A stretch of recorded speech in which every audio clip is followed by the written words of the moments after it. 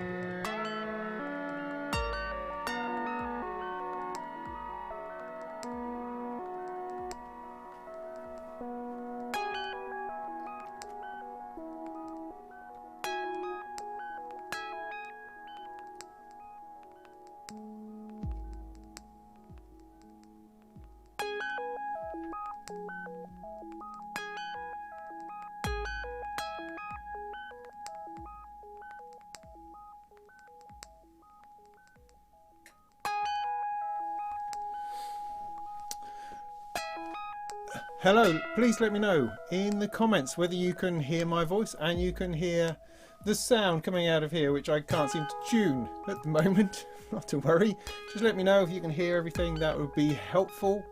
Thank you very much. I might move a few things around in my usual I have no idea what I'm doing kind of setup.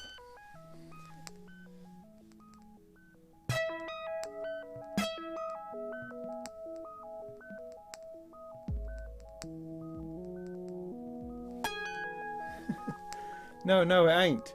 No, no, it ain't.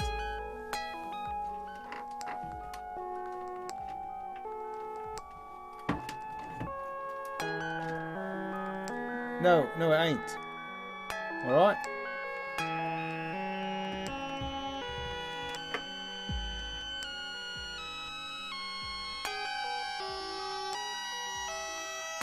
Loud and clear. Good, good. Right. Just going to turn that down for a minute. We're going to do some more of that later because I'm still in the middle of exploring that. I'm not quite sure where it's going to go yet. And I'm quite enjoying it, although I'm wrestling a bit with the pluck. Sometimes the pluck just exudes beauty. Other times it sort of squirts out dissonance. And it's like, why is that not beautiful? It's normally beautiful. Why is it not beautiful today? I don't know. So I'd like to investigate that a little bit further. Maybe we'll do that in a bit. I'm not sure, but just let me make sure I've got some beer, got everything I need. I'm ghost shipping it this evening. In fact, I have 2 of these because it's going to be that kind of night. Although I have to say, I'm pretty exhausted. The antics of the last couple of days, God, gee whiz, I'm just drained from it. I think I am. So whether I'm going to get through 1 beer, I don't know. 2, who knows? It just felt like I might just get really stuck into it, in which case being completely drunk would be, well, wouldn't be advantageous to anybody, I shouldn't imagine. So let me have a look at a few of your comments. I can't see anymore either. So I'm just falling apart. But it's great to be here. Oh yeah, what I should do is a bit of an intro. Right, hi. Hello, I'm Robin Vincent and welcome to the Molten Music Technology live stream. Here we are from sunny Norfolk, stuck in a shed somewhere, playing with bits of gear. The purpose of this evening, if you've never joined us before, oh hi, is to chat about music technology, chat about synth software, hardware software, stuff like that, concepts, ideas, modular, Euro rack, and the news, things that have been happening in our little world, our little corner of stuff. And if we run out of things to say, then I'll make some music until somebody says something interesting. It's hopefully a bit of a two-way thing. There's always a massive delay. There's like a half a minute delay between what is happening in YouTube world and what I'm actually saying. So conversation can be weird.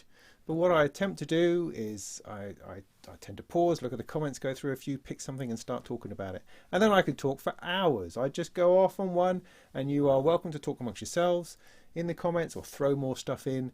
And if I don't get to whatever it is you said, by all means say it again, because, you know, I don't know whether I'll see it or not. It's not important. I don't. No, it is important. Of course, it's important. This is all engagement. That's important. That's important. So, yeah, no doubt there are some topics we want to talk about. So, just to kick us off, after this introduction, I'm just going to have a little scan through the comments and say hello to a few people, and we'll just see where it takes us from there. All right, that's the plan. Settle back, and let's have a look. Andrew, it's good to see you here right on time. Excellent. Good to see you, man. I hope you've got awesome things to say. Because otherwise, well, I've been waiting around for you all this time. If you've got nothing to contribute, then what was the point of that? Eh? That's the other thing I should say, is that sort of, you know, mild personal abuse is generally accepted in this live stream. I can be cheeky. I can, and I don't mean nothing. I love everybody. It's all awesome. It's just kind of a bit of fun, a little bit of banter, you know. Perhaps. Yeah, right, so chug the beers. Yeah, I'm going to do that in a second, I think, because my throat's already a bit, so I think I might be coming down with something. Where are you again, level 6? I can't remember. What? Okay. Hello, hi, Inky the Cat, hi, Frank, Just Straffen, hey, Apollo Kipso. Also, you know, my pronunciation of anybody's names is deliberately awful, okay? I do it on purpose. I swear I can pronounce everything in every language perfectly. But, you know, as an amazing linguist that I am, I like to just play with these ideas. You know what I mean? So, mostly audio, what? Yes, hi, Riddler Steel, thanks for that. Stephen, good to see ya. Dome Junkie, yeah, you're here. Cisco, good to see you, man. Or do you prefer to go by DB? I don't know. Maybe your name's Derek. Who knows? Who knows? That's the crazy thing. We can be anybody on this format.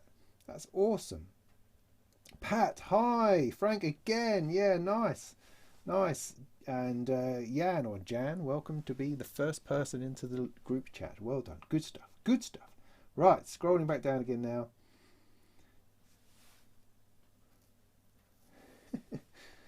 Hi, yeah.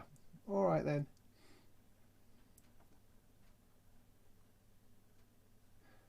Yeah, I don't think there's anything feminine about being gorgeous then salty. I just think it's a people thing.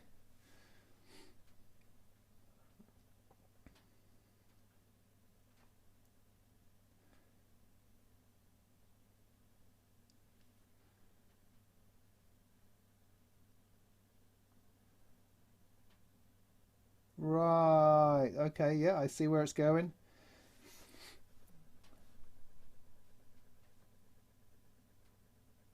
Okay.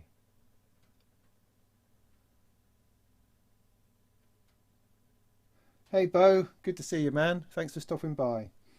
Thank you indeed, sir. It's nice, it's cuddly. I like it.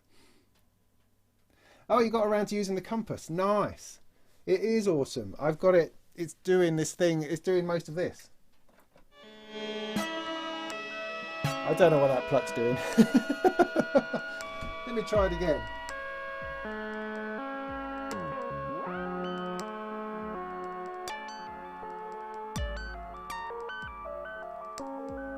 Well, that's quite interesting. It has a very annoying pitch knob. It's not. There's no like fine tuning. It's all wow everywhere. So unless you get a tuner to it, which I can't be bothered, it sounds a bit like that.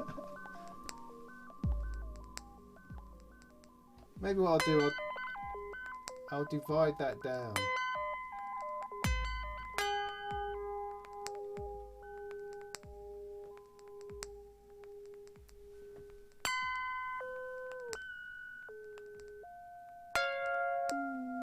See, there's nothing else playing. See, that's the other problem at this particular point. So I have nothing to tune it to. What happened to everything else?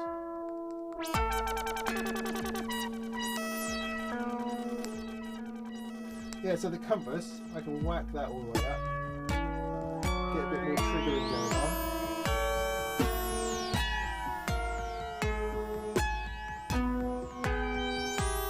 Ooh.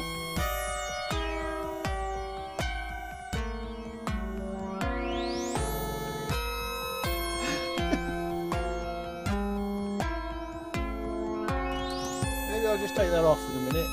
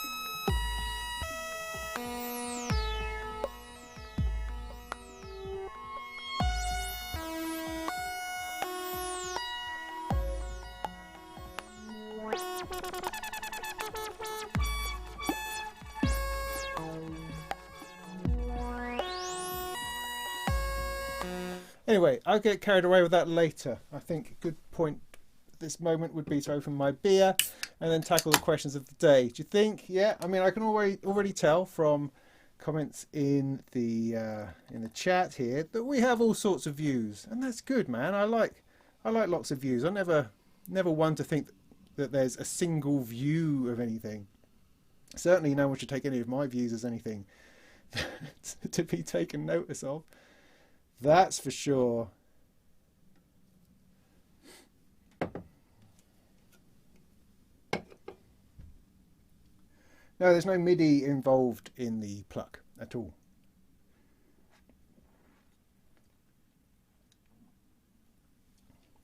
Oh, getting the trigger mid-pitch. Yeah, probably because the trigger and the pitch are not related.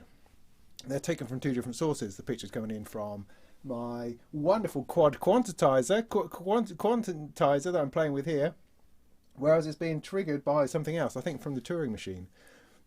So I like to mix and match these things. There's not necessarily anything connecting those two things together, and so you do get triggers mid-pitch, and that adds to, I think, the strangeness of the pluck. I like that. It's a thing. I'm very much into mixing my triggers, pulling triggers, having a whole rhythm thing, doing something to what the pitch is doing. I quite like that, like exploring that. Right, so okay, so let's talk about Behringer then. That's the big pink elephant in the room. So I don't know where to begin. So for those of you who have not been tuning in to anything that's going on in our world of synthesizers, then yesterday you may not be aware that our friends Behringer decided to post a video of a funny little fictitious synthesizer called the cork sniffer. Now, cork sniffing is an old trope about wine snobs who believe that, you know, sniffing the cork of something is going to tell them tons of stuff about the wine and only authentic wine and authentic people and that kind of thing. Anyway, that sort of trope then gets put into other things where people who are generally considered to be snobbish or snooty about various things, you get them in hi-fi, you get them in, you know, talking about their oxygen-free cables and, you know, that kind of temporal paranormal influence over speaker stands. And of course, then that turns up in guitar pedals, it turns up in synthesizers. And so, generally speaking, Behringer were having a bit of a pop at the snobby synth nerd. You know, the people who go on about how Behringer can't possibly sound as good as this or be as good as that because it doesn't have the authentic flavour or character or age or vintageness of an original synthesizer. So they decided to have a bit of a pop at that because it's one of the criticisms levelled at Behringer is, of course, that they're just ripping off other people. It's never going to sound as good or be as authentic. There you go. So Behringer are having a bit of a pushback against that, and to my mind, that was kind of half funny initially, a bit weird. I thought, why, it's not even April Fool's Day. It just seemed a strange thing to do. But then it took a bit of a turn. It took a bit of a turn because what I didn't initially realise was that actually the whole thing was directed at a single person. That single person is Peter Kirn. He is the editor, or the only person, I don't know, at CDM, createdigitalmedia.com, .link, beg your pardon. It's a news website like Gear News, like Sonic State, like all those sorts of places. And on that site he writes articles about music technology, same as we all do.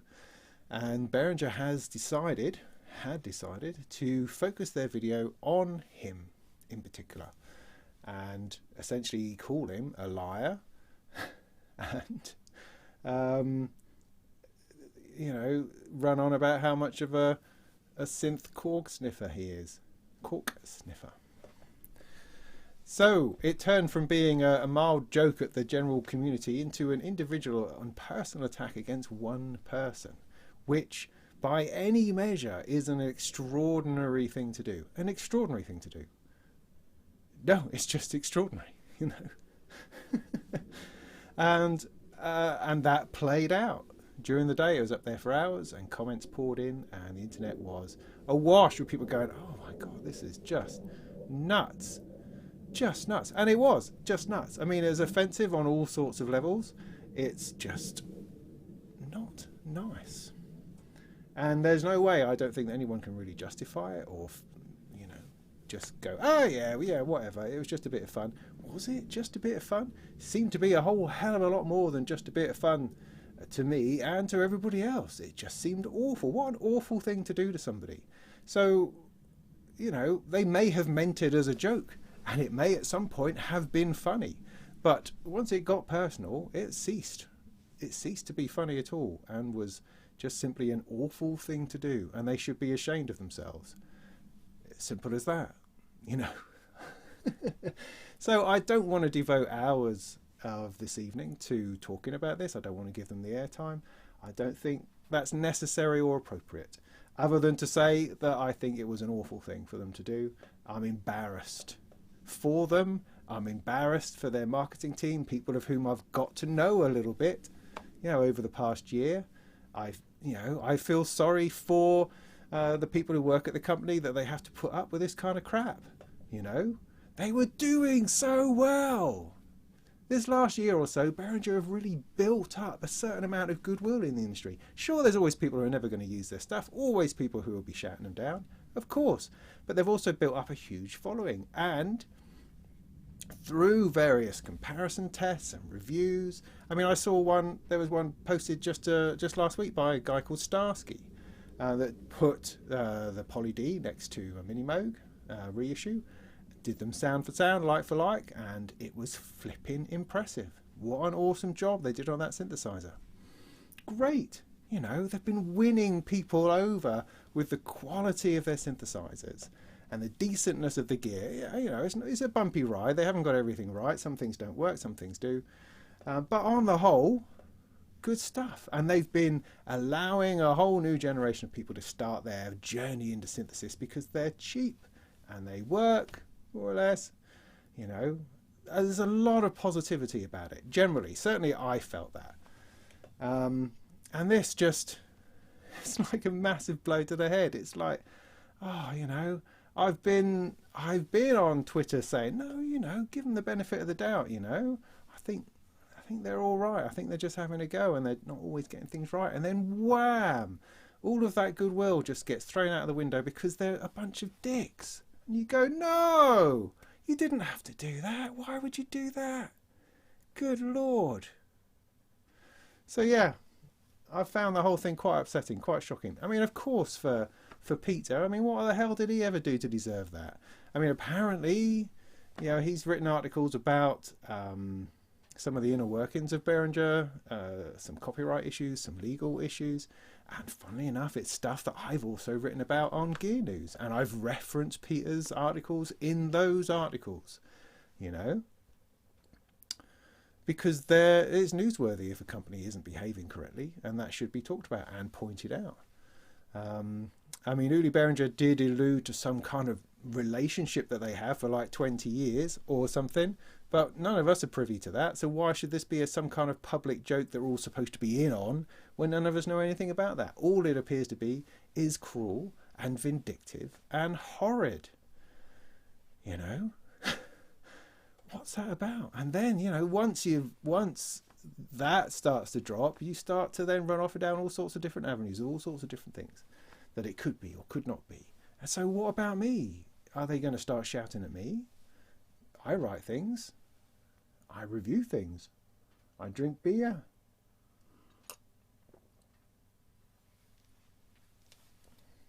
And I'm very open with my view on things, you know. Oh, it's just immensely troubling. It really is, you know. And I've done videos on Behringer synths. Of course I have, because they're good. They're synths, you know. It's just synths, man. I don't, you know, I'm not into this idea of we now have to destroy our synthesizers in order to protest or something. No, I mean, call them out for the crappiness that this is. Absolutely. You know, that's what we should be doing. I don't want to suddenly declare that 4,000 people who work for Music Tribe are somehow evil. That doesn't sit right somehow. It's just, as far as I can, as far as my tiny brain can cope with this, it's a handful of people at Behringer who are just lacking in any kind of judgment. They just dropped the ball and went for some idea that they thought was funny, maybe, I mean, this has been extraordinarily generous, and messed it up. Big time, big time. So how are they going to crawl back from this? Well, the great way that they do it is by just ignoring it. So they did, I mean, Uli did apologise unreservedly to Peter, which is good. I was glad that happened. There was also this talk about how Behringer had trademarked the name Kirn, which seems just bizarre. But, you know, I mean, if these were two people jostling with each other, you know, ha ha, I did this, and ha ha, I did that. You know, ha ha, I blew up your tank, you know, I blew up the ship that was transporting all your craves to the Europe. Ha ha, and then I've trademarked your name. You know, you can see the possibility of that just being harmless banter. But in what world is that happening? I don't know. It just seems bizarre. But anyway, so Uli apologised to Peter, and he also says that they're no longer going to trademark his name, and so they've stopped doing that. So great. All right. So there's some kind of restoration has been done, some kind of apology. Lots of people are going on about how it's a non-apology, because they also said, yeah, I'm sorry to anybody else who was offended. But, you know, our offence has nothing to do with our offence. This was directed personally at Peter, and that's the person that they apologised to, and I take that as being fair enough.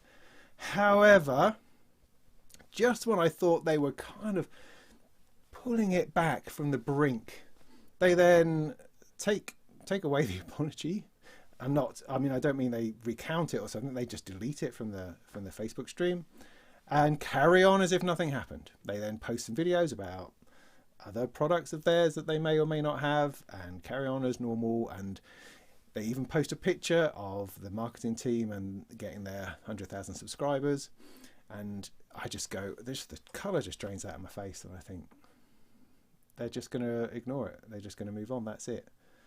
I don't think that's enough. I don't think that's enough. I don't know how they work their way back from here. I don't know what happens now. It's got me all in a quandary. I mean, I've got reviews lined up. I've been working hard to try to get hold of a System 100 and a System 55. I had placed an order for System 55 modules with Thomann when they appeared. I've now cancelled that order. You know, I don't know how this plays out going forward.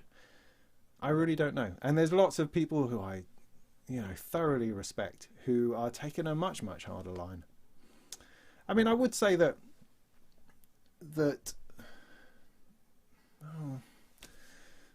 I don't know. I mean, a lot of people making a lot of noise about it aren't generally people who would do Behringer gear anyway. So, you know, for them it's not a great loss. Whereas I kind of am. You know, I feel. I mean, what the thing that really pisses me off with this is that the way I'm feeling is that I'm now not going to be doing any Behringer stuff.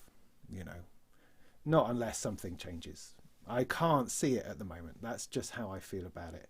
Rightly or wrongly, I'm not going to burn my stuff. I've got, I've got an MS-101 there and an RD8. I'm not burning any of it. That's fine. It's good stuff. I've got no problem with that. But I can't, in good conscience at the moment, continue to support or do further support for a company that acts in this way. I can't reconcile those things. I can't do it. Not at the moment. Not yet, anyway. I am noticing how the comments are flying over here, and I'm ignoring it for the moment just because I'm trying to keep my head straight. But I'll come back to it in a second. So, yeah, from my point of view, there's plenty here that's being sacrificed. It's not just a casual, oh, I told you so, I told you Behringer was always crap. No, I was working hard to try to show that there was something good in here. Yeah, and the thing that that gets at my nose is that with their System 100, with their System 55 Eurorack modules, they are going to be introducing a whole load of new people to Eurorack, which is great. More people into Eurorack, great. But Eurorack is hard. Modular is hard. And using old vintage 1970s gear like the System 155 is hard. It's actually easier with more modern modules because they make a lot more sense. Back then they were really very scientific, very, you had to have an engineering degree really to understand them. And what I think is going to happen, what I assumed was going to happen, and the reason why I've been pursuing the idea of reviewing things like the System 100, is that people are going to have an awful lot of trouble. And they are going to need help. And I was hoping to offer that help because that's what I like to do. I like to help people. I like to help people with their journey into modular. And I wanted to be able to do that on a System 100 because everyone's going to be buying it as their first bit of modular. And so they would need some help from someone, like myself, because of all the things I do. I kind of, believe that I'm good at unpacking these complex things for beginners. I leave all the high level understanding of this stuff to other people, but at a basic level I'm quite good at communicating those sorts of things, and now I feel I'm not going to be able to do that, and that's a shame. That's a shame for everybody. Why did you have to be such a bunch of idiots? it's just crazy. I don't know.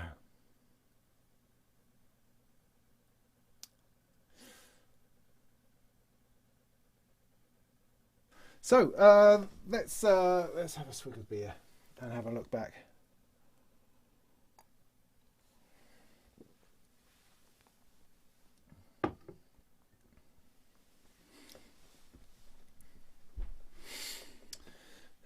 Simon, that's a really good, interesting idea.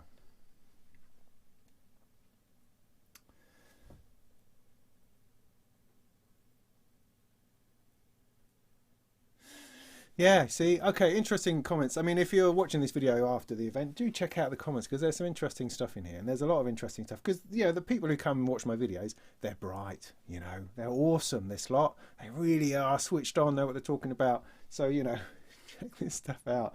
But, people are saying that nice things, like, for instance, Cisco, you've been on our channel a lot, and I appreciate that, and I appreciate that you like Behringer products, and you suggest that ourselves run most companies. Yeah, that's true. That's very true. And you buy into products and not ideologies. Yeah, I get that. Yeah, I totally get that. I mean, what business is it of ours? See, what business is it of ours? What a CEO does, What business is it of ours? I have no idea, who you bank with, what their bank manager's doing right now. He might be getting off with his secretary and betraying his kids. He could be eating children. Who knows? Who knows? But with this, we do know. This is the point. It's there in your face publicly. If Uli would keep all his business just to himself, if he's got a beef with someone and has an argument, that's fine. Just to reference the devilfish thing I talked about in the Molten Monthly. I felt much better reconciling that.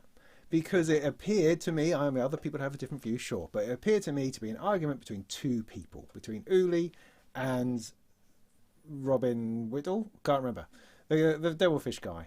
You know, they both were behaving badly. They both published things on the internet that they shouldn't have done, and they had a bit of a squabble or whatever, and neither of them looked good. Neither of them came out of it looking well, but it's kind of like, well, you know, what are they doing? It was a deal that just didn't quite work out, and they're just being a bit stupid about it, a bit childish. That's fine. I don't think that reflects particularly well on anything or anybody, but it doesn't have any effect on my feeling about Behringer product particularly. You know, business is business. I've sat in business meetings in core, blimey. You know, people are in there to get what they want, to get the best thing out and screw everybody else. That's just the nature of things. Let's not be naive about that kind of thing. So I had no problem squaring away the devilfish thing. That was just one of those things. But this came out through Behringer's own company channels. It wasn't a sideline or a missive. It wasn't Uli on a forum having a bit of a rant, you know, which he's welcome to do. He's an individual, you know. This was a corporate thing, and that's what makes the difference for me, you know. That's what reflects badly on me having anything to do with Behringer. You know, if I was a personal friend of Uli's, that would be a different thing, you know.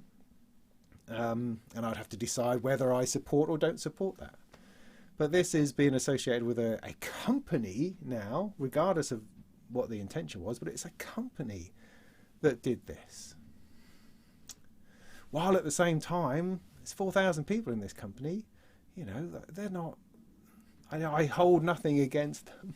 It just puts us in, I mean, I shouldn't be having to have this conversation. I shouldn't be having to think about the morals and the ethics of how a company behaves in order to use their products. That's crazy. But Behringer put us in a situation where we have to consider that, because otherwise we're allowing the bullying of people, or allowing a company to shout at journalists. You know, what is this? Some kind of Trump thing? I don't know. See, it gets me all riled up thinking about it. I was going to look at the comments. Yeah, we'll move on in a moment, I think. We'll move on. People are talking about cutting lawns, so, you know, you're already over it, evidently. Yeah. It's against the law to die in the Houses of Parliament.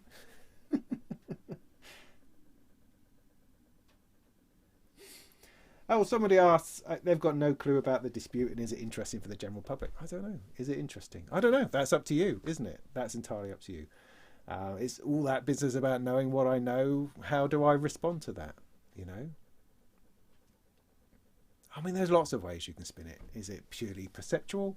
Is it because I want to appear cool and hip in order to deny these things? Or is it because I feel quite angry and let down by the actions of something, and so there I'm having an emotional response? Because I'm not a company. I mean, I know I'm here as Molten Music Technology, but that's just me.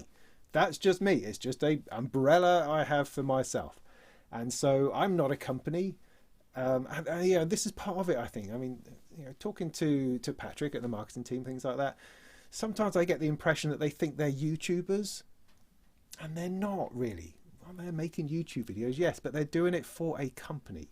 And that actually, I think, makes it different. They're not there sharing their personal feelings on something, whereas I am. I'm here as myself, as a person, sharing my personal outlook and view on the world and gear. You know, that's what that's based on. And so I can be as emotional as I like, but we don't expect that from a company, from an entity, from something that wields power and is expecting us to buy into. Does that make any sense? No, I don't know that it does. I don't know that it does.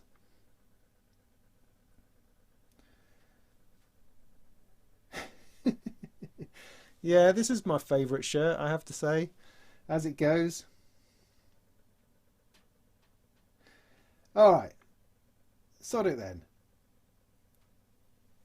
Let's move on, because I can't be bothered to go back through all this. I'm sure you've said great stuff, and I'll look at it again later. And thank you. I appreciate you sticking around for my rant. I don't mean, I don't know, all I can, because it's been an emotional couple of days, you know. I feel, you know.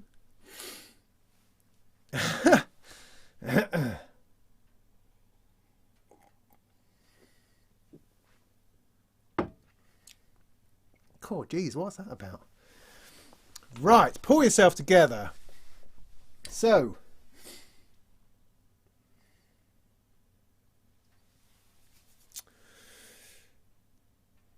I'm going to turn the music back on for a second while I compose myself.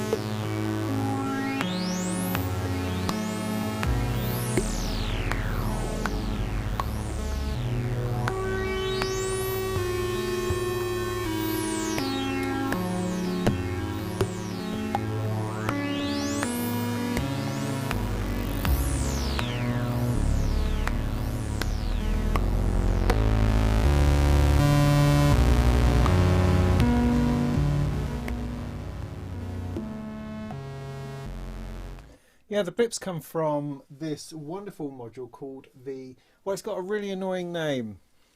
It's from ADAC system, and they call everything by really unhelpful names. This one is called the ADAC 104. Something to do with T networks. I need to do a bit of an investigation into what that really means, but my understanding is that it's essentially the analog bit from an 808 drum machine that makes the kick sound or something. It's part of the circuitry of that, and there's 4 of them in the one module, and it allows you to make all sorts of little blippy blip sounds, which initially when you go, oh, it just makes like blips, that doesn't sound very interesting. But once you start working with it, once you start triggering it in interesting ways, and then applying some CV to move things about, it gets more and more interesting really quick, and you get this really nice rhythm of blips coming out. It's very interesting. I need to spend more time with it. 1 second. So I'm just getting a little bit warm in here. So yeah, they called it the VCT Networks ADAC 104. Check that out. In fact, DivKid did a really good video on it. He did a video on, I think, the previous version, so it wasn't called the 104 then. It might have been. No, it wasn't. It had larger knobs on it, but it didn't have any voltage control, whereas this is kind of the same, I think, but, excuse me, it has voltage control over the pitch within.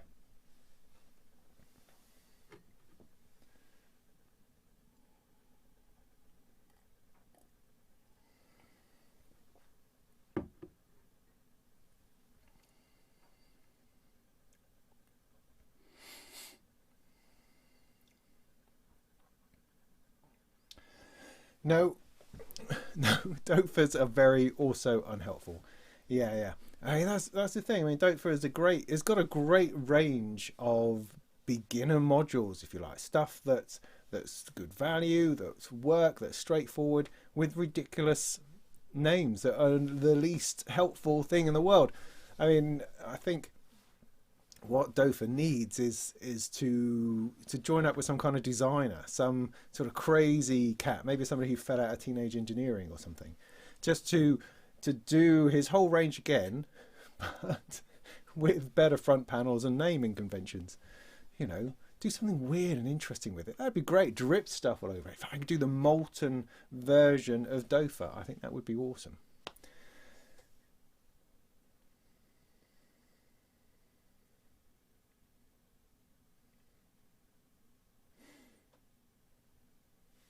The 103? Yeah, it might well be. It might well be.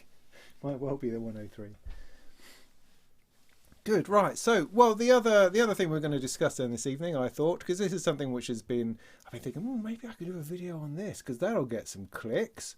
And that is, which synthesizer would you like to take into quarantine with you? Because we live in strange times when self-imposed 14-day isolation is a genuine possibility. So, if that was the case, I mean, this obviously, I'm not trying to poke any fun at the coronavirus at all. That's not the intention of this. The weird thing about it is that this is actually very real and possible. It's something which might actually come up, and so thinking about these things is probably worthwhile, as well as, you know, a mild bit of taking the piss out of some kind of scary situation, because that's what we do, because we're British. You know, we like to take the piss out of the apocalypse. It's what we're made for. That's our purpose in life. You know, we'll always turn tragedy into some kind of light entertainment. So yeah, I'll be giving this some thought to see whether I could put together a video, but then I think, well, that's not really me, is it? I like to talk about real stuff, to try to make up something that's supposed to be a little bit funny and a little bit informative. That kind of seems a bit contrived to me. So I don't know whether I could pull that off successfully without feeling really stupid. But nonetheless, I have been thinking about it. So what do you think? I mean, I'll kick us off with the Moog 1. I think that's a thoroughly awesome synth, and if it seemed like the end of the world, then maybe I could throw a few grand at that.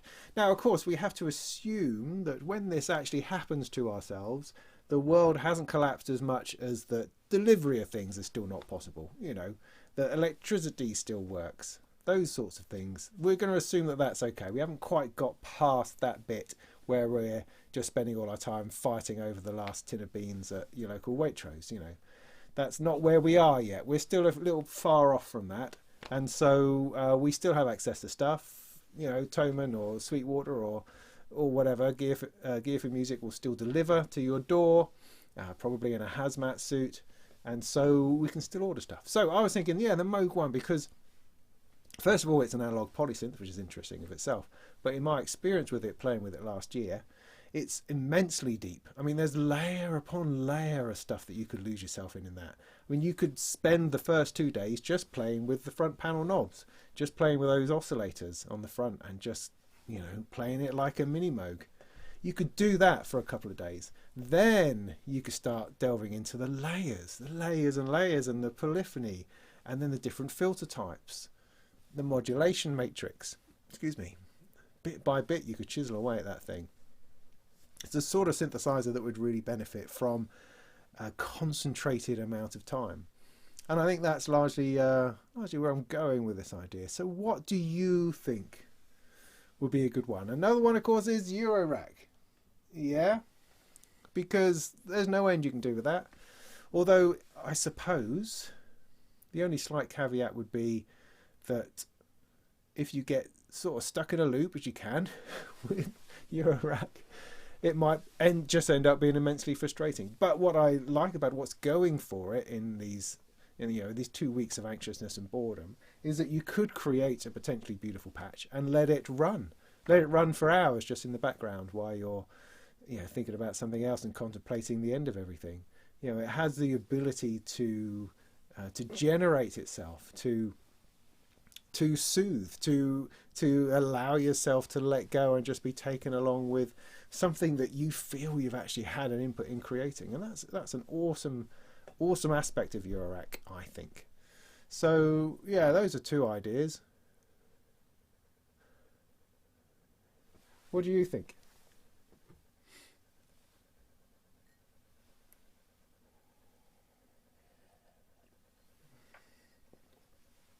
Serm92,000 suggests a Matrix Brute and some modules. Yeah, cool. Yeah, I mean, any synth would reward a concentrated and focused amount of time. Just try to avoid getting bored. I mean, I was thinking about, maybe we need a laptop and a bunch of plugins, but that would potentially bore me quicker, I think. It's this whole thing of if you've got a limitless supply of something, I don't know whether you're probably going to spend too much time just floundering around and never actually focus down to doing something. It's the focus that makes the time go. Time doesn't go when you're clicking through presets, it just seems to drag. Whereas when you're focusing on trying to create something within some parameters, that is where you make a connection. That's when the time just steams on by and your brain and all of your faculties seem occupied. That's what I think. MS-20, yeah, fair enough. Yeah, that's a synth worth exploring. Interestingly, I was also thinking about the ARP 2600, the Korg one. If you were lucky enough to have the Korg 2600, I can imagine that's an instrument that would reward exploration, that you could spend days exploring different things, different ideas. And it's only a monosynth. It's only a flipping monosynth. And I did also think that the Behringer version doesn't really give off that vibe. It doesn't give off the vibe. I mean, what can I say? Anybody seeing things in videos, it doesn't really give off that same, this is going to be an adventure. It gives off the idea that, this is interesting. Yeah, cool. But whereas the Korg one, the ARP 2600, it gives off this, wow, this adventure. Yeah, we're going to enter into explore this thing. Look at the size of it. All of those aspects. Reflecting again, as I've spoken before, on the nature of a piece of hardware rather than just what it sounds like. There's something in that large format ARP 2600 that perhaps is not so captured in the Behringer 2600. Don't know. Maybe we will now never know. What's my take on the Erebus, says somebody. The Erebus is fun, man. Yeah, now it's 4 years ago now, is it 5 years ago? When I first went to Synthfest, I played on three things. I played on the Mother 32, the No Coast, and the Erebus. They were the three darling little synthesizers that I thought I could get back into hardware synths. I really could. This is the way in. These are the little fellas. What one the heck am I going to get? And so it was always those three that were on the table for me. What I liked about the Erebus, I think, if I'm right remembering, was that it had a delay in it that the others didn't have. But the Dreadbox stuff, I think they do a brilliant job. They haven't always aced it. I don't think all of their stuff is fabulous, but I think more often than not, they do a bloody good job of making an interesting synthesizer. So yeah, and there is a new one. I haven't had a chance to play on the new one. I think last year at Superbooth they had something that I played on. What was that? I don't know. but I think the version 3 has got a third oscillator or something that does cross modulation and affects the other two and interesting bits and pieces like that. But they're very much all about their lovely, brilliantly coloured Eurorack modules at the moment, which is great. I mean, I quite like the white lines range. I like the idea with that, the way that the tram lines that moved about on all the faceplates kind of matched up with each other. Thought that was kind of a neat idea. They just didn't seem very featured for what they were. They seemed quite basic modules, almost to the point of being too basic. Whereas this range of colourful ones they've done, that I can't remember the name of, those they seem to be packed full of features, packed full of stuff, and they look great, and they could be anywhere on your rack and look oddly wonderful, I think. So yeah, I'm a big fan of Dreadbox, although I have none of their stuff. I have none of it, I don't think. No, don't have a single thing. But I do enjoy their stuff.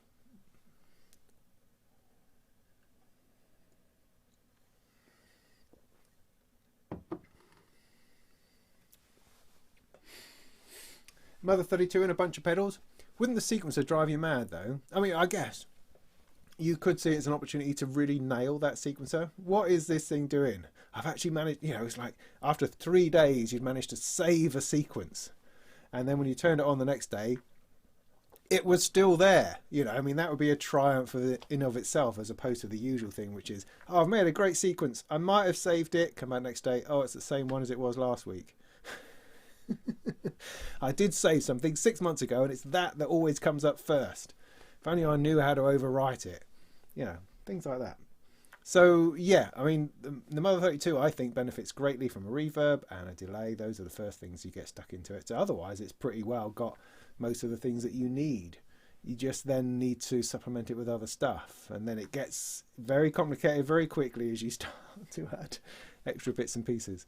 But in my early modular days, I had a Mother 32 and a rack of modules, and I'd use the Mother 32 as playing like a drone, like that bass note. I mean, I don't know how much modular music that you watch, but often I tend to like the people who are doing modular music that has this sort of drone bass line in the bottom. It seems like a really natural thing to have in modular music. I really like that. And I don't really have anything that does that just at the minute. It's something I'm trying to work out. How do I do a slow changing thing to something while everything else is going on? Always trying to explore these things. A Medusa. Yeah, I mean, there's been a lot of mixed feelings about the Medusa. There seemed to be a lot of initial, wow, that's the most amazing thing we ever saw, to, I have no idea how this is supposed to work, and it's not exactly what I thought it was. A lot of those sorts of feelings. But more recently, at least I feel, that it's sort of making a bit of a comeback. There's been a few good videos on it showing you what it can actually do and digging beneath the surface. And that could get interesting. I mean, I'm not a fan of a square sequencer, particularly in that way that it goes down and then down and then down. I like things to be in a line if possible, but saying that, I've got my wonderful lattice here, which I enjoy a great deal, so I'm probably talking complete nonsense. But then that's not unusual. It's not unusual. Oh, I'll sit there with a guitar. No, wrong answer. That's what you do when the power goes off. When the power goes off, you play your guitar for a couple of days, and then you smash your guitar over the head of someone who's trying to steal the last packet of asparagus. That's what you do. And then, you smash it over his head, and you can jab him with it, with the pointy end, and then use the wires to garrote people. Then you can turn the wires into some kind of sort of fishing net or something in order to try to feed yourself.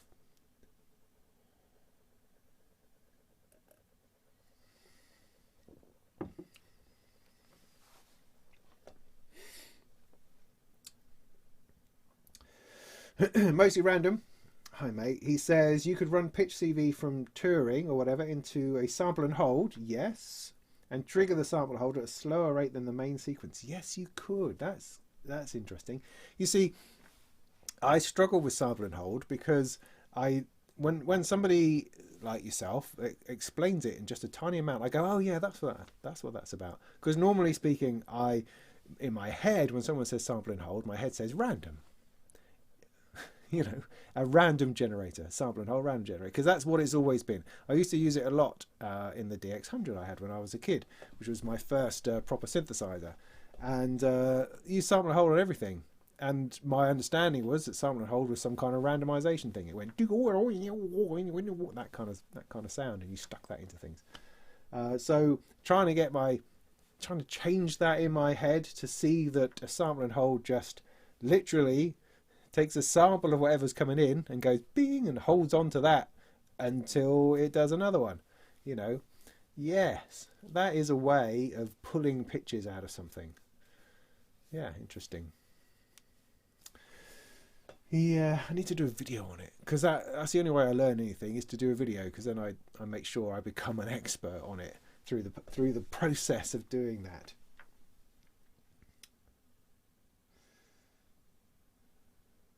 Zoya, is that how you pronounce it? Zoya, yeah. It's got a lot in that box.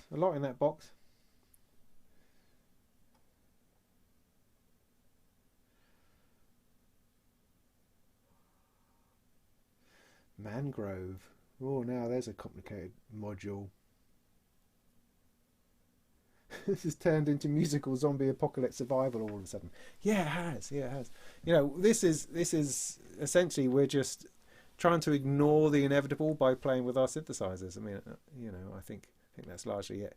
I mean, one other thought I had was that you could just surround yourself with little cheap monosynths. I don't know whether it's worth it anymore. Maybe I'd rather just succumb to the disease or to the end of time, you know. I don't know. Complicated synthesizers, something that's multi-level, something like the Quantum from Waldorf, or that other one, the Valkyrie, which is no longer the Valkyrie, it's now the Kira. That's right, something impossibly deep and complicated. Ah, yeah, the wave station, the Korg wave station. There you go. You could actually come up with some patches, because, you know, no one could be bothered to actually program those wave sequences. So you could perhaps get down and become the world's greatest authority on the Korg wave stations. That's what it's called. I've lost my mind. On the new Korg thing. Yeah. I mean, it'll be too late, of course, because no one's going to be able to appreciate it, because we're all then being quarantined. But, you know, it'll be good. Any info about the Expert Sleeper's Distinct Mark IV? You'd like to buy one, but it's sold out everywhere, and the date delivery is shifted from early March to April.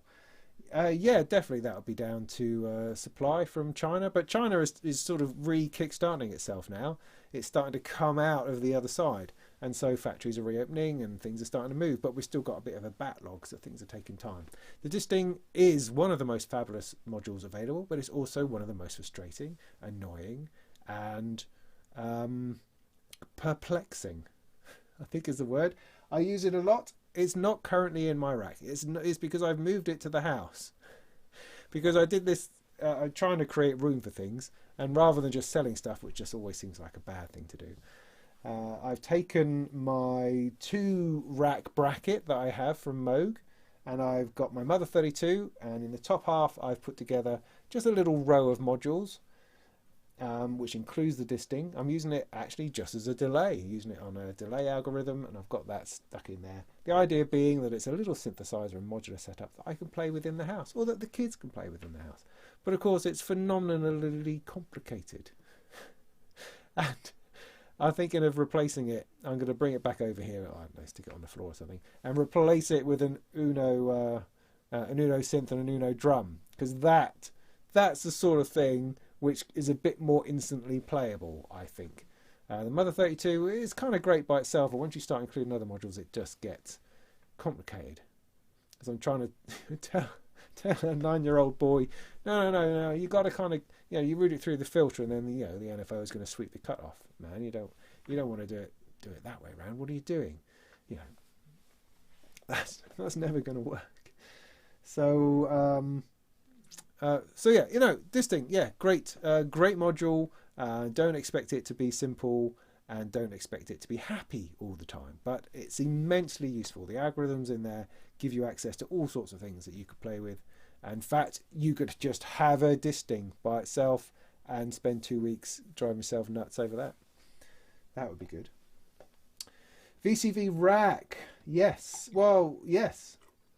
Assuming there's still the ability to... I mean, that's the other thing, of course. If you can't get deliveries and stuff because you are isolated and quarantined, no one's coming to your door. No one wants to come to your door. I've painted a great big X on the door. No one's coming to it. No one's dropping off any stuff for you, and you can't go out and get anything. So software would be a natural choice. VCV rack, yeah, definitely. Spending 2 weeks trying to work that one out, brilliant. I think probably you'll end up being frustrated with the lack of processing power that you have, but hey, it would be a great piece of software to spend a serious amount of time with. I think you could do some extraordinary things. I mean, I'm always impressed by videos I see done in VCV rack and patches that people make. It's amazing, because I would find it really hard to create something like that, because you kind of have to do it when you're doing it in software. You sort of have to do it on purpose.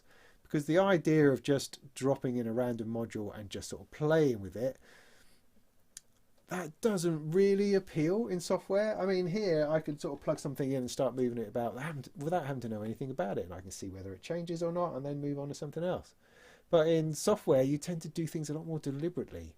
And I wouldn't have a clue. I mean, if you download even just all the free modules, there's a huge list. Going, I don't know what it is I want. So...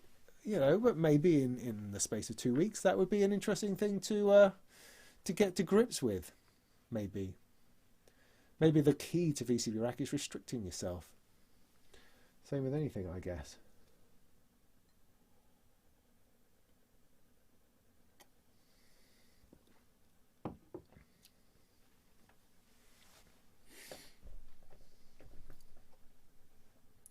Soft tube modular, yeah, that's another possibility, definitely. Yeah, you've got a smaller range of stuff, but you've got some interesting modules, interesting and complex modules in there that are going to be worth playing out. There's also the Cherry Audio one, the voltage modular as well. All viable modular environments on your computer that you could have a fiddle with, definitely. I mean, it might be the time to finally install Omnisphere 2. Maybe that. Maybe Serum. Maybe one of those weird granular ones like the Crusher X or something like that. Maybe get into one of those. Maybe build your own synthesizer in SynthEdit. Who knows? I mean, the other thing I would suggest is get yourself the kit of the Descartes Dream. Somebody mentioned that earlier. Or the TTSH. Build yourself your own 2600. That would be pretty cool, wouldn't it? 2 weeks. 2 weeks solid, you could do that. I reckon in 2 weeks you could probably build the Descartes Dream. If you stuck at it. I mean, you might have to take a couple of days off if you're bleeding from your cavities or, it's not in so much that you can't walk. But otherwise, soldering and stuff. Yeah, a couple of weeks. Yeah, I mean, am I going to get it done? Yeah, kind of. I really, really want to. I felt really good about finishing the main board, and I want to get onto the hardware board desperately. Desperately, I do. But I have a bunch of Eurorack modules to do reviews of, to do videos of, that kind people have sent to me, or I just want to do anyway. I've bought myself, and I want to do, and I want to learn, and I learn best by making videos. So I want to spend time on that. I've done a lot of work recently on computers and on installing Windows and software and Surface, and I have a video to do tomorrow on the Surface Pro X, which is quite exciting. I'm quite glad, because I've got to give it back on Friday, so I have to get it done, and I've been working on that the last couple of days, despite the fact that it's been a massive distraction with all this other nonsense going on. I think I might have got to grips with it today, and hopefully I can make a video on it tomorrow, and then that's done. But then as far as scheduling goes, I've got to come up with another Studio One workshop for Sound on Sound magazine by the start of next week. And then I've got articles for Careers in Music to write, while at the same time kicking out articles for Gear News as well at the same time. This is all my day job, writing stuff, I've got to get all that done before I can then spend time on the Eurorack. But that's my next plan. Hopefully nothing else is going to get in the way of that. I've also got plans to do a really good how to buy a laptop for music video. I think that's going to be great. Looking forward to doing that.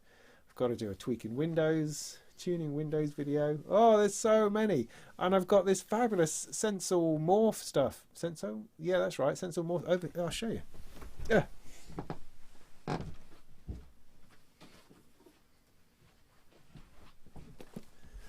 In fact, why don't I do an unboxing? That'll be exciting. This thing here to review. They've sent me one of these, which is brilliant because I think I've done some really good reviews of other sorts of controllers, like I did the Jouet and I did the Roly Seaboard, other Control 49, things like that as well. So, you know, they said, "Oh, would you like to do this?" I'm like, yeah. I mean, this has actually been around a little while now, and I've certainly been watching it because I like weird controllers. It's one of those things I like to play with and then get disappointed by. So I'm always on the lookout for something which could, you know, just be potentially interesting. Am I going to need, I constantly need a holiday. No, life's not too short to solder surface mount. Of course not. Get with it, man. You know, push yourself. Got to get in there, into these intricate little details. Yeah, don't be a through-hole idiot all your life. I don't know what I'm talking about. But yeah, try some surface mount. It's all right. It's not as hard, not hard as it thinks. This is beautiful. Look at that. I had no idea it was going to be aluminium. Look at that. Wow. I mean, the Jouet one was quite nice because it was wood, but I was fully expecting this to be plastic. I absolutely was, and it's not. So what is it? Well, it's just a thing, just a blank thing. That's all it is. Is there even a socket on it, or is it all? Yes, there is. Thank goodness for that. I thought for a minute there it was going to be purely Bluetooth, in which case it probably wasn't going to work on Windows. But no, it has a socket. Good. In fact, it says download, connect, swap. Oh, swap and overlay. Right. Okay. So that's your basic something or other. I don't know. I haven't looked into it very much. And then look at these. You have a selection of overlays that you put over the top. And with it, they've sent this one, the Buchla Thunder overlay. Interesting. Keyboard one. Yeah, obviously, I guess. The general speaking kind of MPC style one. Bit paddy, drum paddy one. And then some crazy video editing one, which is, you know, less interesting, perhaps. Let's not look at that one then. Let's open the Buchla.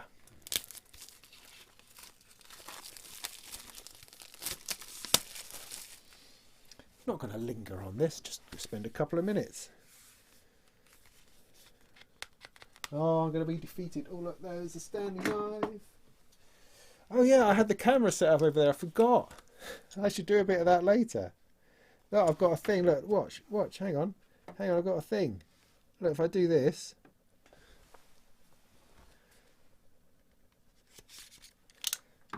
I suddenly appear somewhere else.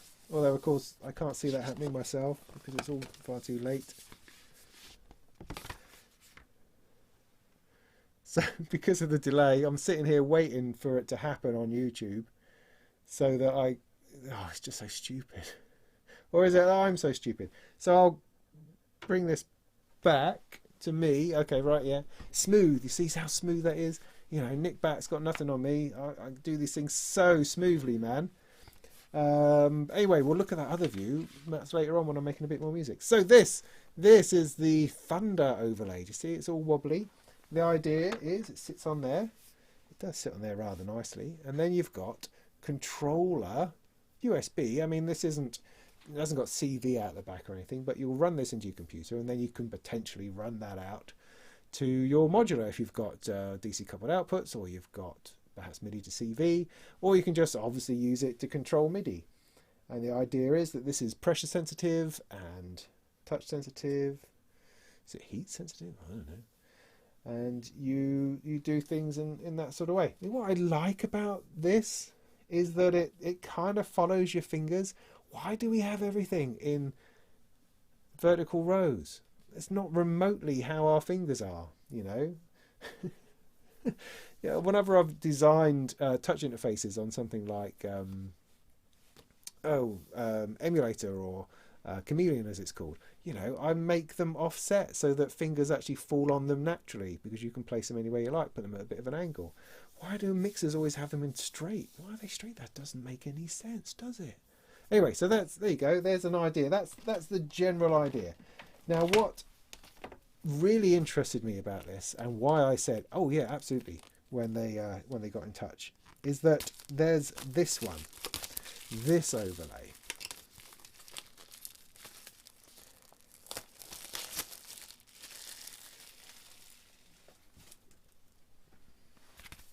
And this one is called the Innovators overlay. That's me, see, Innovator. So you get that.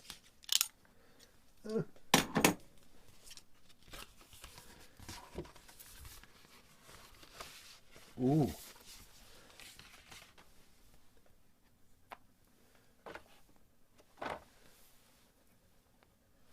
How does this work? Like that? Yeah. I think. Yeah, so what it is, this one, is kind of a blank. And the idea is that they supply you with a piece of software in which you can design your own controller. So I can essentially use a piece of paper, print out, so they say, I can print out on a piece of paper and stick on here or under here, maybe. Ah, under here, that's how that's going to work.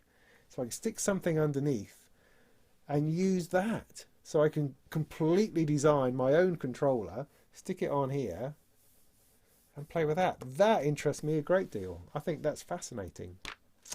More so than the predefined ones. I mean, you know, a keyboard, yeah, whatever. Interesting controllers, ones that's designed specifically for what it is I'm playing with. I mean, something like this for the NTS1, for the Korg, little Korg synth that doesn't have a whole lot of control on the front. Brilliant. Yes, liking that. Or for, you know, something in here that takes MIDI. But I think that's a brilliant idea. So that is something I'm definitely going to be looking at. It's just purely finding the time. Finding the time. So I'm sorry, Sensible Morph guys, if you've been... I know you're waiting for me to come up with something. And I am going to. I'm desperately keen to. Just got to give me a little bit more time. That's all. Just a bit more time. Right, put that back together. Talking of time, what time is it? It's about 9:15. All right. All right.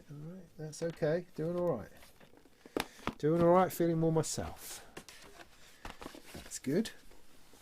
I don't know where to put that. Let's put it on the floor. Over there. Oh.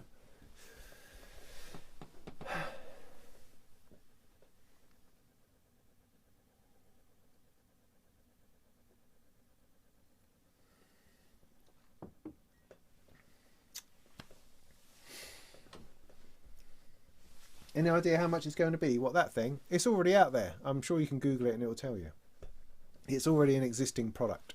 You know, it's been around a little while. It's been available. It was all over Superbooth. Not Superbooth. It's all over NAMM last year, in fact. How about a tie-dye overlay? Okay.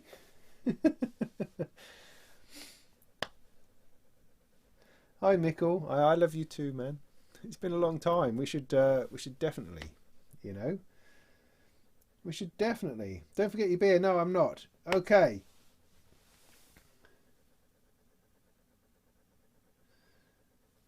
I'm just going to rewind some of the comments. Or if I ever need help with building stuff, give you a shout. Thanks. Appreciate that. But I am on this journey myself. I'm going to work it out. That's what I do. I'm going to work it out. Just going to get it done. Can it play Doom? What's that? Well, I suppose you could create a controller for that. Don't see why not. Don't see why not. Through hole for life. Yeah. Oh yeah. No, I mean absolutely. But there we go. I've stepped up to the challenge of trying to work out what surface mount is all about. I mean, you know, comments on my videos of the surface mount, people going, "What, are you nuts? You need to be putting that in an oven. I need to be doing, you know, solder paste and heating that up in an oven and let it flow all by itself." It's like, what are you talking about? I'm just here, me with my soldering iron. I'm just trying to get things done with this. I don't want to have to buy an oven. Where am I going to put an oven? You know? What? Have I got to start putting things under the grill in the kitchen? Is that how you do that? It just all sounds far too scary to me. You know, I like to compartmentalize things if I can. You know, soldering iron, I understand that. I've already been through a couple of soldering irons, and I now have a posh one, which is something that I said I'd never do. Damn it. But I did. So I've got a posh one that works properly, and it actually melts solder nicely. So, you know, then having to get more gear and then more gear, it just drives me crazy. So discovering that I could do surface mount with just a soldering iron and, you know, maybe a magnifying glass, sorted. It means I can do it without having to mess about, having to fuss around. Oh, I can't be doing with faffing, you know? Do you know what I mean? It just, you know, if something is just too much faff, I'm not going to even get it done. I'm just going to move on to something else. Yeah.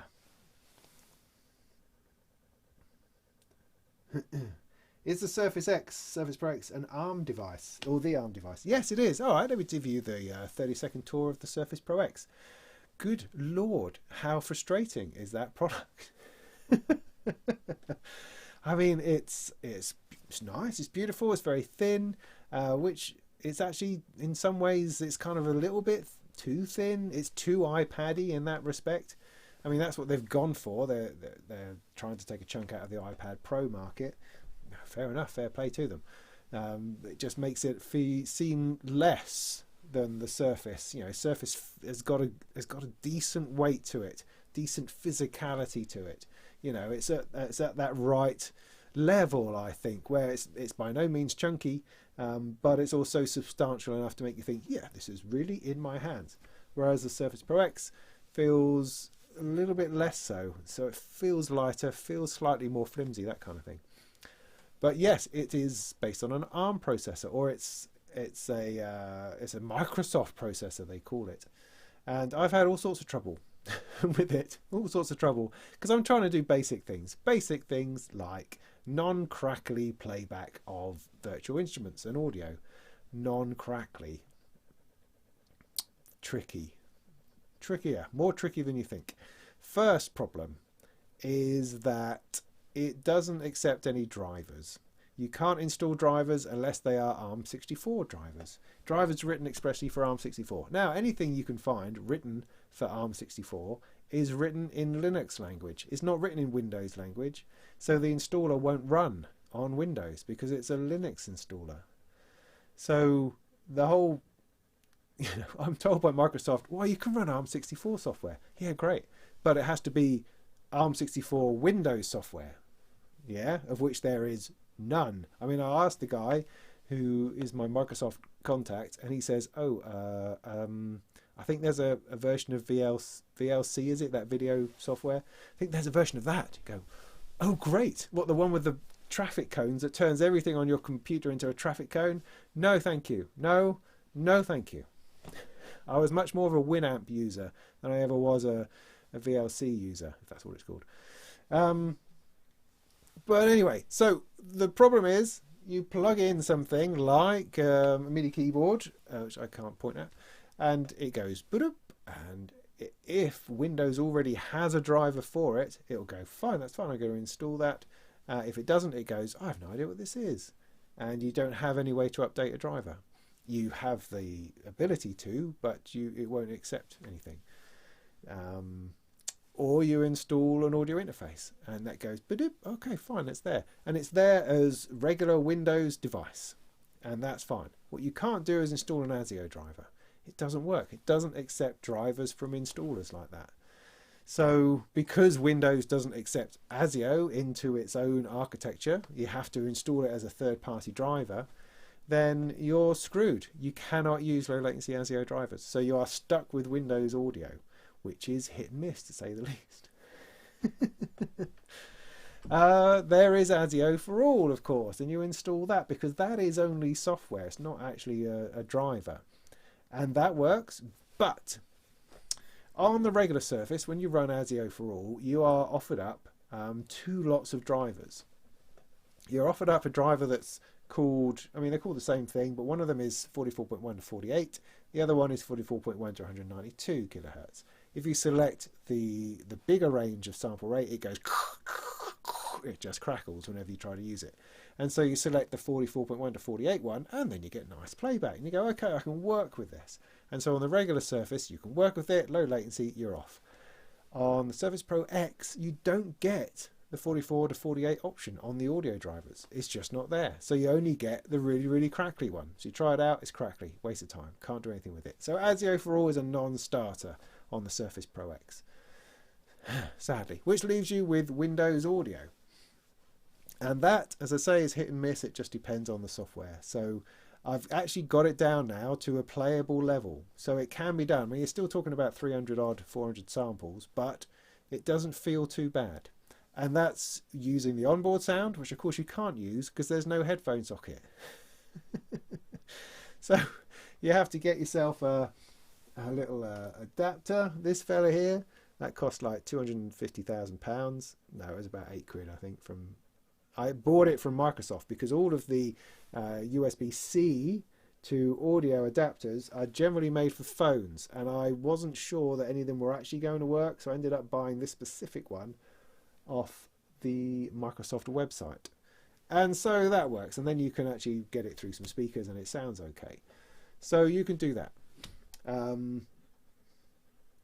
What was I saying? Yeah, I don't know. And so I plugged that in. I also got Complete Audio 6 to work. Couldn't get any of the Motu interfaces to work, the M2, M4. No. Something about, the Windows driver would install, but then it wouldn't connect up with its control panel and then couldn't establish the sample rate, that kind of thing. Lots of trouble. So after you've got something working on hardware, you then realize that you can only install 32-bit software. 32-bit Windows software, Win32 software. So you can install ARM64 software, which doesn't exist except through the Windows Store, which means Fruity Loops Mobile. That's the best the Windows Store can offer as far as audio apps goes. So you've got that, or you've got Win32 apps. You cannot install Windows 64 apps. Why? Apparently it's a licensing issue. It's nothing to do with the hardware, nothing to do with Windows. It's because Windows promised Intel that you could only run 64-bit software on their hardware. And until that license comes to an end, they're stuck. Which just seems stupid. And can you imagine? I mean, I don't know, give us a number. How many doors are there with 32-bit versions now? How many?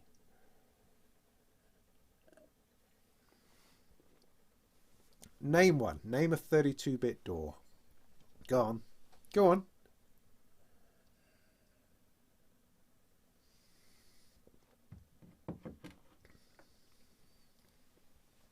I'm going to have to wait now for half an hour because I've got to wait for the internet to catch up.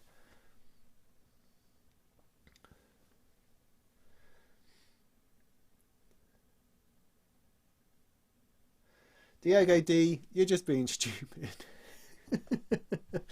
Audio software on Windows is awesome. It's fantastic. It's diverse. It's extraordinary. It's modular and manipulable. You can do amazing things. Absolutely amazing things. Without being tied into a single-use, single-company OS that can update your OS and completely destroy everything you're doing, as Apple have done with the Catalina update. Who on earth would want to be tied to that? That's just ridiculous. You need things that are more open, man, that are more spread around the world, that have a lot more possibilities. That's what you want. That's what Windows offers. And most of the time, it works. Sometimes bits of hardware don't. Reaper 32-bit, is that the current version, Ian? I didn't check that. Did I check that? Oh, I just need to go and check that, don't I?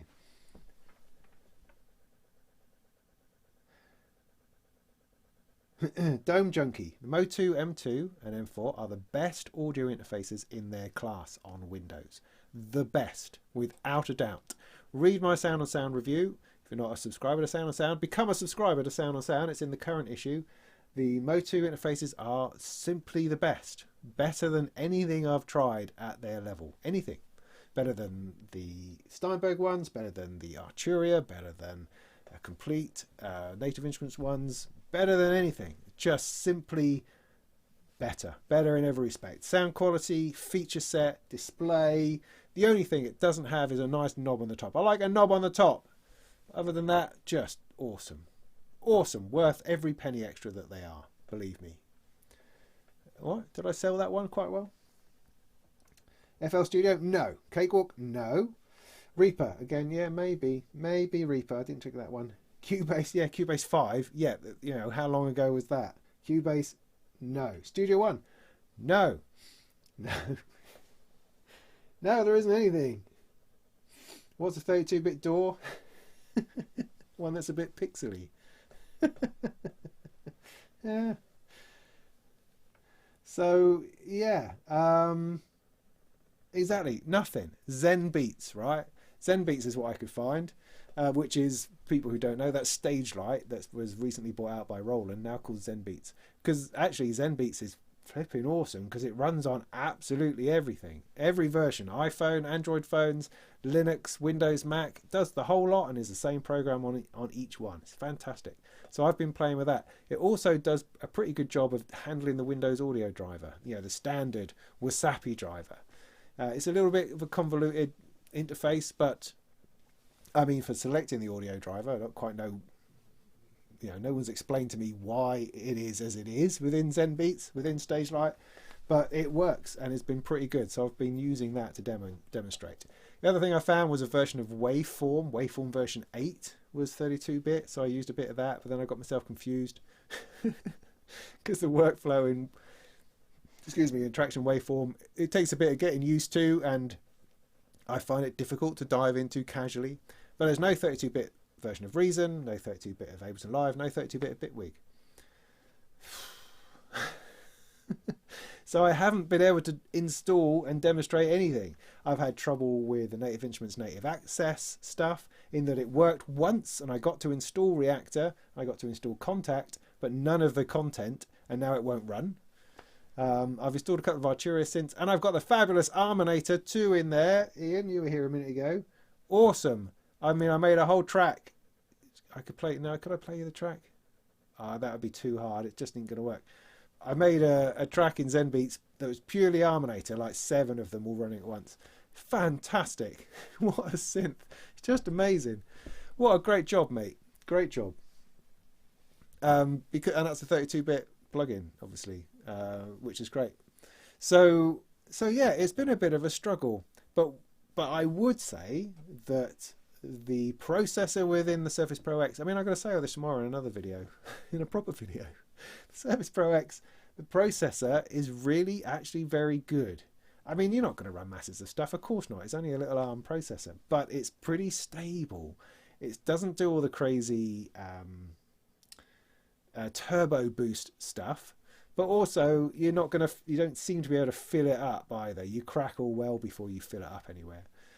But as I say, I was running 5 or 6 Arminators without too much trouble on a drum machine within Zen Beats, and I will push the boundaries a bit to see how far I can get.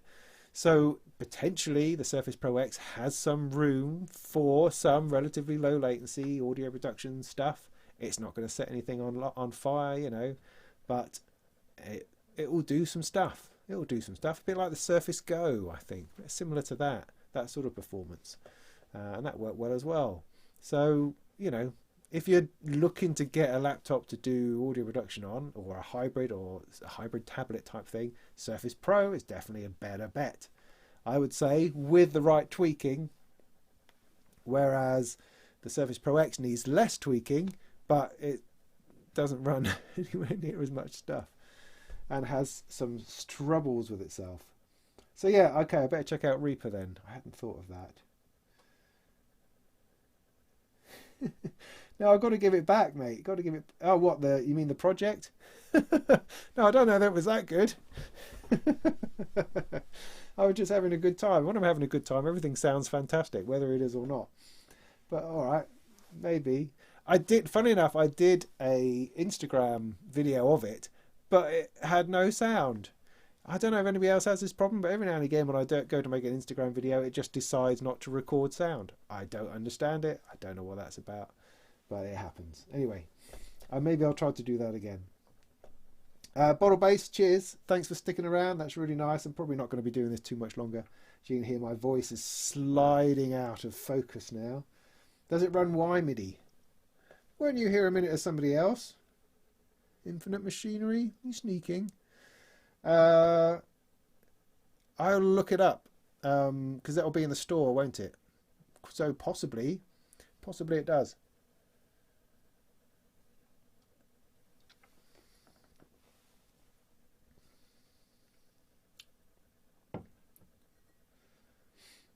What's cheaper? I don't know. Problem is, you're an early adopter for ARM64. Yes, absolutely. Yes, absolutely.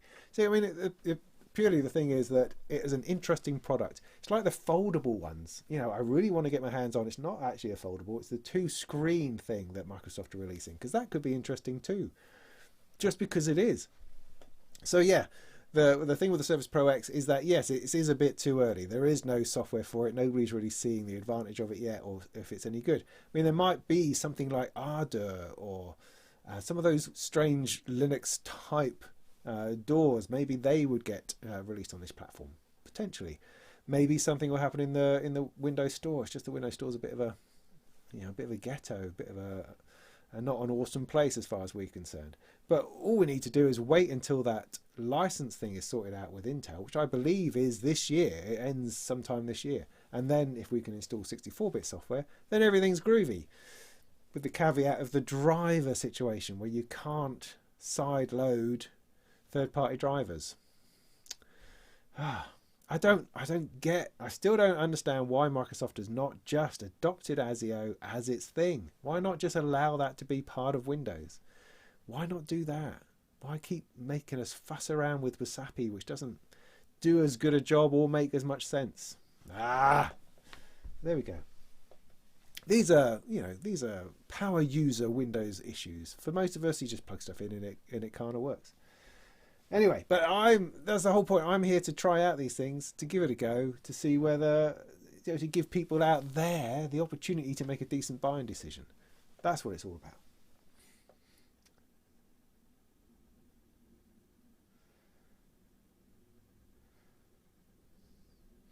But funny enough, I did install Linux Mint on my wife's laptop the other day because Windows had broken and I was trying to get into the drives. And you stick it on there and you go, God, this is lovely. Why don't we just use that?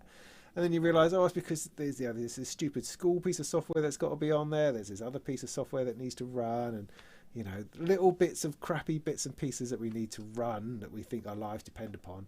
When actually you stick a copy of Linux on, and you've got a browser, and you've got some Office software, you've got some email. What else? What else do you need? Really, honestly, our lives could be simpler. But no, we must run the weird bits of crappy software. That's always the way.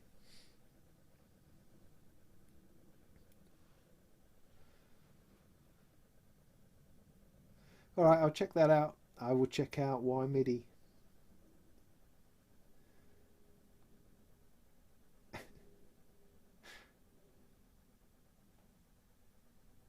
How does a license work with AMD? What a great question. Because they have fiddly workarounds. Something about they reclassified the CPU as an extension of something as opposed to an actual something. There's clever stuff afoot. They know what they're doing, AMD. So yes, AMD somehow got around it. That's what my Microsoft guy said. I can't give you any more detail than that, I'm afraid. The voltage controller inside FL Studio. Oh, is there a new thing? Oh, okay. Yeah, I'll stick it on my list, mate. I'll stick it on my list, of course.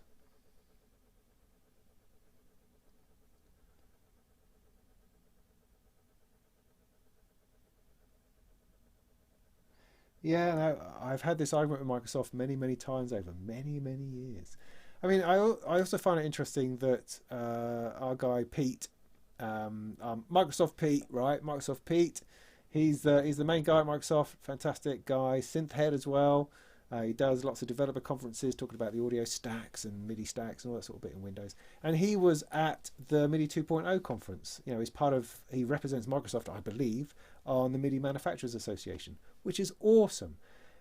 I would love there to be MIDI 2.0 implementation into Windows. I mean, how fantastic would that be? Because, I mean, in my head, Because we always assume that our industry, making music and that kind of thing, is huge, it's massive, it's the thing that everyone should be thinking about. But of course, nobody cares. It's only us. Nobody really cares. And because we've not been sending statistics and data to Microsoft, because we turn all that stuff off on our computers because we're massively paranoid, Microsoft have no idea that we exist. Anyway, what I meant to say was, if I was Microsoft, I would love it if I could plug in a keyboard, a MIDI keyboard into Windows, and Windows goes, oh yeah, that's what it is, and it came up with a picture of it. It displayed all the inputs and all the channels and stuff, and allowed you to connect it together by virtual cables to whatever piece of software, whatever node or bits and pieces that you wanted. That to me is a no-brainer. Similar with an audio interface, you plug that in, Windows goes, oh, it's an audio interface, here's all the inputs, here's all the outputs, here's what it looks like, here's your routings, here's the low latency driver for it. Why do we not have that system within Windows? This is, awesome, complex audio hardware that would really massively benefit from Windows taking over the management of it in a sensible, stream low level way. That would be awesome. Why not do that? Why is that not possible? Why is it you plug it in and you get strange names on things and it doesn't understand multiple inputs and outputs and it adds a 500 millisecond buffer to everything? What? Yeah. Why? I don't get it.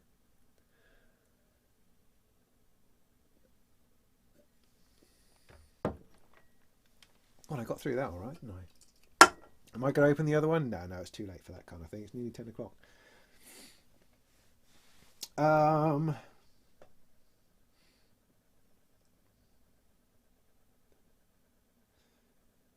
Is it? MFC, glad to have you here. Just come in and be profane. That's fine. This is a safe space. What is this? It's just me ranting, man. That's what did you expect? Do you expect some kind of professional presentation of something? PowerPoint maybe, or maybe I should be making some techno. Is that the idea? I don't know. We're just here talking about stuff, and I got distracted into talking about Windows and stuff just right now. Now at the moment, I'm looking at the comments. Please keep with us. Please keep up. Thank you. And it's not my fault what the people in the comments are talking about. They're a bunch of idiots.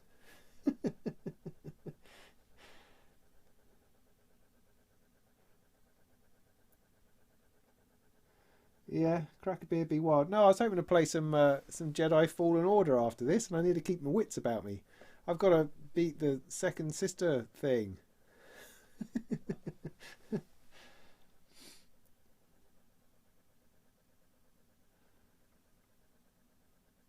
Right, well, maybe it's time. Have I used the Robo 3PT yet? No, I haven't. I'd very much like one. I haven't used one. I don't have any thoughts to buy one right now. I know they've got them as kits on Fonk, I believe, which is very attractive, but I just have other things to do. I would love it if they sent me one, because if you're a manufacturer out there thinking about, I wonder if this guy does reviews of stuff. Yes, absolutely, I do reviews.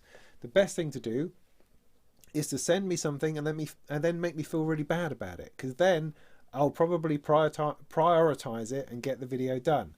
If you send me something and say, it doesn't matter, any old time will do, that's great, you just enjoy it, and yeah, if you make a video, that's great. It will be months and months before I make a video on it, if at all. Poor old Erica Synth, right, sent me this wonderful black stereo delay in the summer, was it?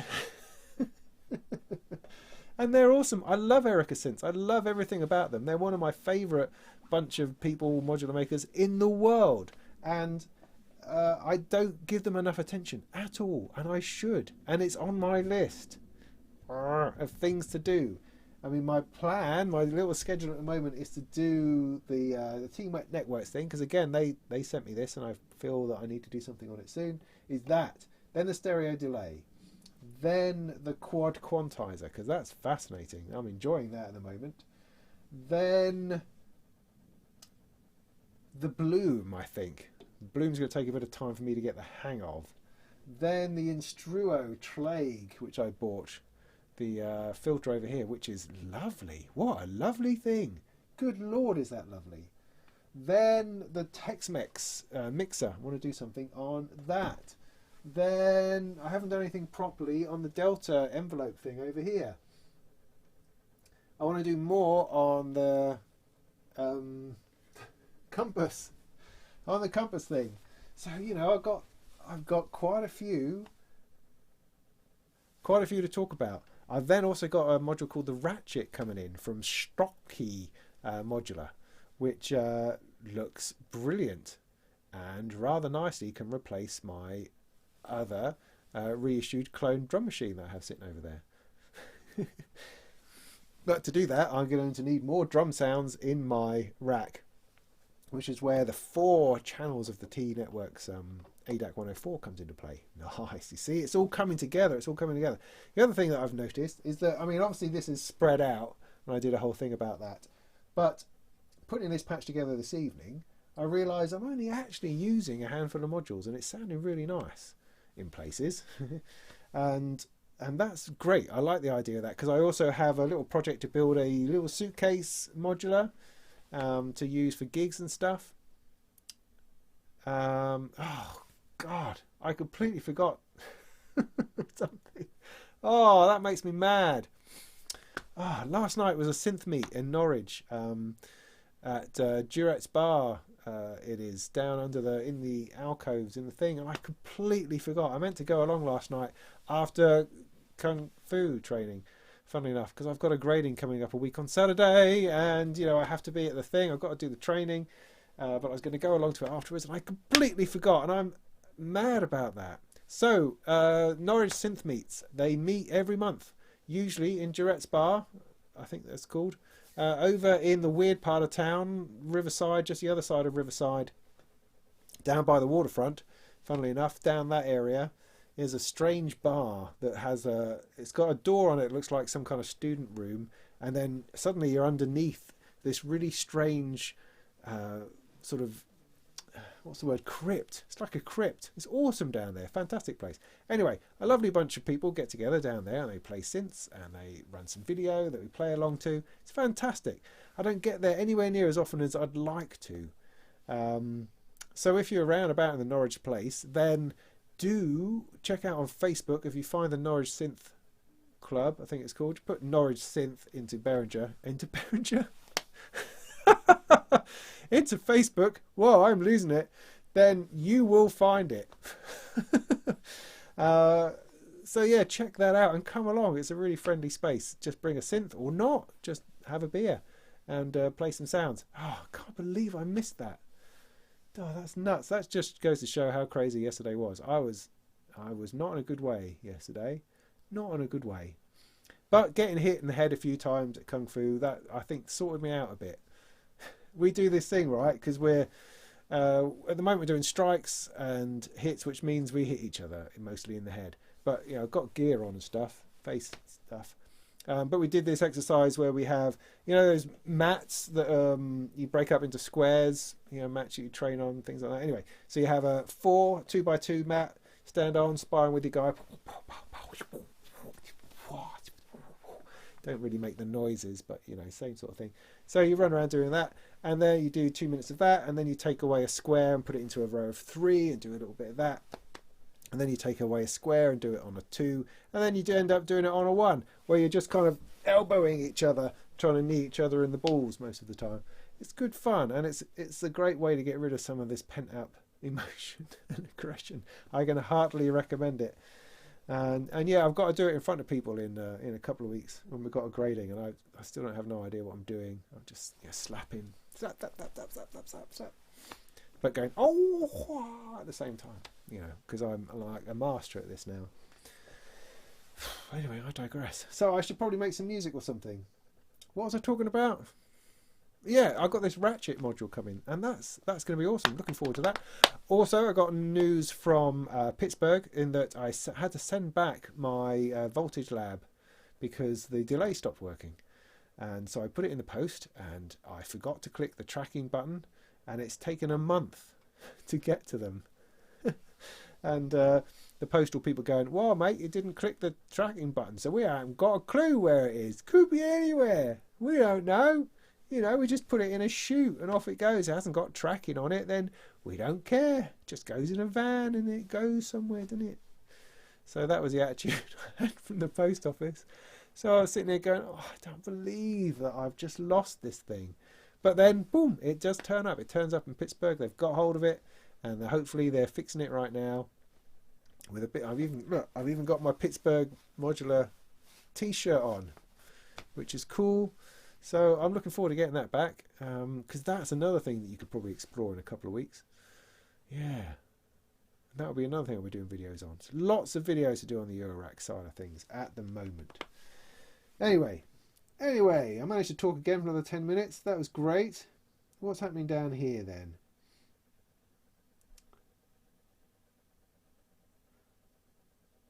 Inverted popes, yeah? What's your style, man? What is it that gets you a good thrashing? Would I buy Pittsburgh again? You hear of quality problems. Yeah, no, I would. I did not get that sense. I mean, it was disappointing for something on it to fail. Absolutely, yes. But it wasn't, I mean, this is my first bit of Pittsburgh gear, and it's a complicated bit. And, I was quite ahead of the crowd. It was one of the first runs. And so, I'll give them the benefit of the doubt on it. I've never had the impression from Pittsburgh that their stuff is of questionable quality or anything of that nature. So yeah, no, I definitely would. In fact, I mean, the only thing that's ever kept me away from Pittsburgh previously is that I just didn't really like the faceplate. I didn't like the aesthetic. Whereas now, with their darker look and the changes that they've made to that, I find it actually far more pleasing, and I'm a lot more interested in what they're doing, funnily enough. So we might see more of that stuff crop up. I mean, particularly if I can I feel like if I can do a good job of doing some videos on the live forms, if it's not too late, do it on the Voltage Lab, then hopefully we can start a bit of a dialogue going, a bit of a relationship going. That would be cool. That would be very cool. And there could be more stuff in the future. I'm very interested in their sequencer, for instance, which still hasn't managed to quite emerge. Yeah, so there you go.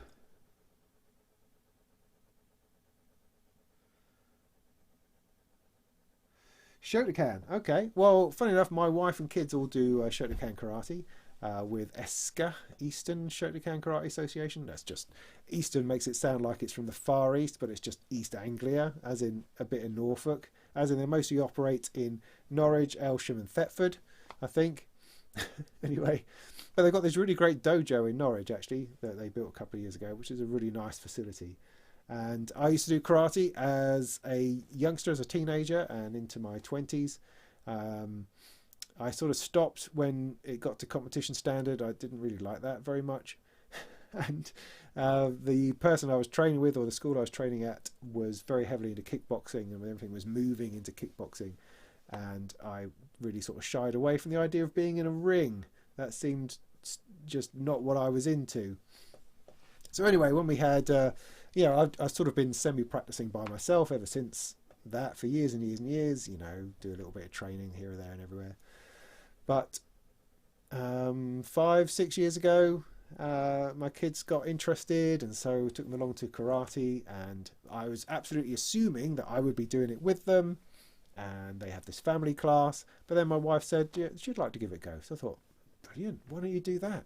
And so she joined up with my oldest kid and started doing it. She got all the way through to brown belt over the next sort of 4 or 5 years, until her sort of knee kind of gave way. She's got a bit of knee surgery coming up.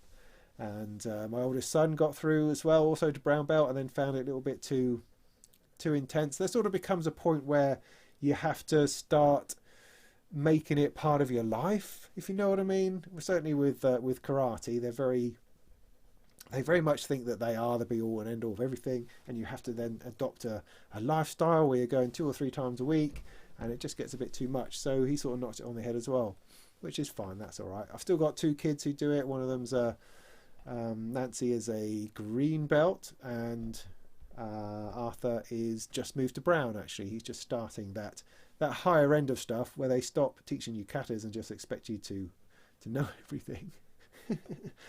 So, and as they were doing that, I just got the bug for it again, and I thought, rather than do here, I'm going to find something else that I really like to do. And I really like the idea of weapons and that kind of thing. So I joined a Kung Fu club, the Norwich Kung Fu Academy, which is awesome. And I've had a thoroughly fantastic journey with them. I just do it once a week, an hour a week. That's all I can manage. And I've worked my way through, and I'm now on a second year of black belt and thoroughly enjoying it. It's a really worthwhile pursuit, I think. Some nice people. I mean, I'm not there really often enough to forge massive lifelong relationships with people because it's not that large a part of my life, but it sits in there, and I'm immensely grateful that club exists. The Sifis there are awesome. I've got nothing but good things to say about it, and I have a whole bunch of dangerous weapons on my wall, which is brilliant. I love it. Again, a bit of a digression there. Interesting. Combat sports. Ooh, kickboxing, yeah. Judo, yeah. I mean, one thing that's kind of frightening about the kung fu that I do is that it's always based on the idea of you are fighting. Karate tends to be a bit more ceremonial. You're doing things in a particular way with forms and katas and that kind of thing. Whereas the style of kung fu that I do is very much based on, you've got to put this guy on the floor before he gets you, kind of thing. But done in a nice way. These are nice people, but that's the ultimate idea. They're not sort of messing about. And so I find that both intimidating and interesting all at the same time. Anyway, I'm not here to talk about this necessarily. Am I coming to Super Booth 20 or will I cancel the trip? I have not booked it. I'm planning to bring my kids, you see. I'm planning to bring, two of my kids for a day trip, which is what I like to do at Super Booth. That's what I've done for the last couple of years. Gone for the day, made a massive day of it, leave at 5 o'clock in the morning, get on a plane at Stansted, fly out, spend the day, fly back, and take a couple of kids because it's fun and interesting. The current situation is that I don't know how wise that is. It's just going to have to depend on the advice as we get closer. I mean, at some point I'm going to have to buy tickets if we're going to decide to go. But how it seems to have been recently is that I don't know how wise that would be. Just simply because you're exposing yourself to the potential of this quite nasty disease. Now, sure, yeah, it's just the flu or whatever. But my kids have never had the flu. I have no idea how they would respond to that, how bad it would be for them, and why on earth would I put them in that danger if I felt there was an increased risk of something. Sure, normal low-level risk, you'll get run over by a bus, yeah, whatever.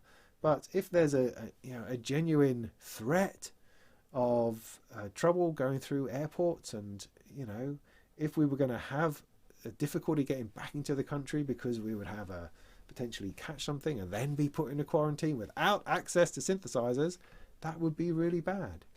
So I'm just seeing at the moment, hopefully it would be nice to go. For some reason at the moment, to me, it seems unlikely. I imagine Super Booth is probably going to postpone itself. But we don't know at the moment. It's all still up. It's all still open, and that's very positive. And even the level of hysteria over it seems to have calmed down a little bit, or maybe it's simply because I've been distracted by other things. I don't know. I hope to. I don't know, honestly, at this time. But how far away is it? It's April, isn't it? So I've got a month to think about it. We'll see how we are in a few weeks, yeah. What's my opinion of IKEA hackers? They were a bunch of idiots. I don't know, do whatever you like. Do whatever you like. Yeah, you don't have to have posh gear. No, I mean, I did a video on building a really crappy Eurorack case out of crappy bits of cardboard. I thought that was brilliant. It worked. That's all that matters. So yeah, I think the whole IKEA... unless you're thinking about something else. There's this CEO of IKEA, targeted a furniture reviewer with a video about a snooty piece of cork-sniffing furniture. If that's the case, then, well, no, screw them. Screw IKEA in that case. No, I don't want anything to do with them. But if that's not actually what has happened, then no, I think that's a great idea. Great idea. No, I'm not a modular black belt. Certainly not. No, no. I'd put myself in, I don't know, yellow belt sort of category, I think.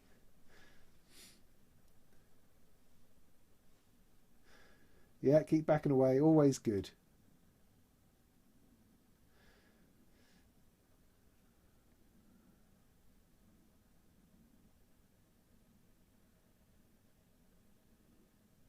Hi, Arthur from Boston. Thanks for joining us.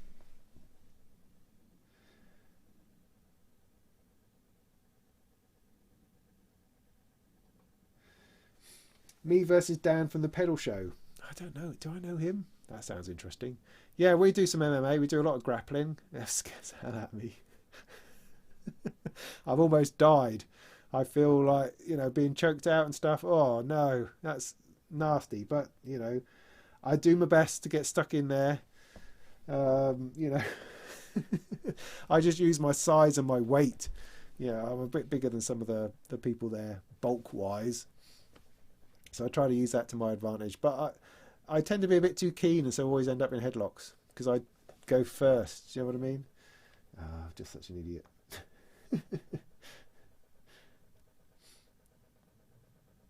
Nice. Yeah, no, I mean, I think if Super Boost does go ahead, it will be brilliant because it will be empty. But then would it be empty with manufacturers? Don't know. Flights will be easy, cheap, as you say. Yeah, but don't know. Yeah, keep on running, definitely. Yeah, I mean, the idea of the mat thing that I talked about earlier is that imagine you're stuck in a toilet cubicle. Because one of our Sifus used to be a doorman for many years. He ran security at various nightclubs and so has personal experience of fights in toilets. And so he's very keen to train us up in this kind of thing because it could happen. He talks about gashes he's got and bruises from the sink and the edge of the toilet bowl and how to use that to your advantage, that kind of thing. Interesting. Yeah, I know, only 2 to 3% mortality. Sure, yeah, but you know that's that could be a lot. If I brought the coronavirus to my village, a village of 400 people, 2 to 3%, so what, 10 people have to die? Half the village is elderly people. I think we'd be on the higher end of that average. So, yeah, got to rather think more than just how you yourself would cope with getting the flu. I mean, it sounds relatively nasty, but not the end of the world. Getting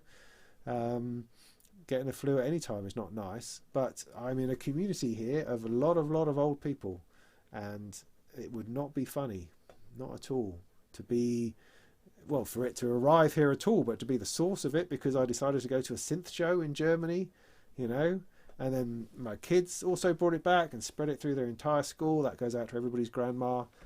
Flipping disaster, man. Whichever way you think of it, why would I put myself through that? That's gotta think where these things can go. And is that alarmist? I don't know.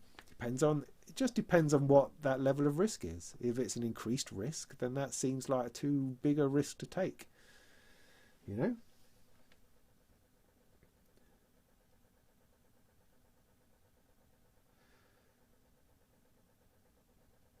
yeah.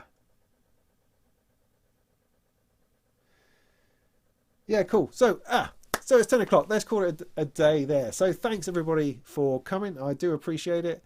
Um, I hope whatever it was that I said earlier on was helpful or illuminating to someone. I'm just trying to share my thoughts honestly and as transparently as I can, because I think stuff matters. Generally speaking, how somebody acts, how someone behaves matters. And also, but I'm totally open to that being rewound and restored. I'm not cutting off all contact or anything with any product or manufacturer. I'm not going to hold them with some kind of idea of continual retribution or revenge or personal insults or nothing. No, I just like them to make amends for a serious error in judgment. You know, do better, mate. Just do better, and I'll be into that very much. So there you go. That was tonight's live stream, and I'm going to leave you for a few minutes. I'm going to swap cameras because I set that flipping camera up. So darn it, I'm going to use it, and I'm just going to play with a modular for a bit, and I will bid you good night. All right. Thanks for turning up. I'm going to avoid messages and emails just for the moment.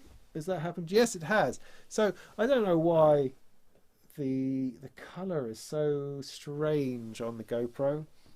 Who knows? If I put my arms over here, oh, that might start to work. So yeah, let's turn this back on.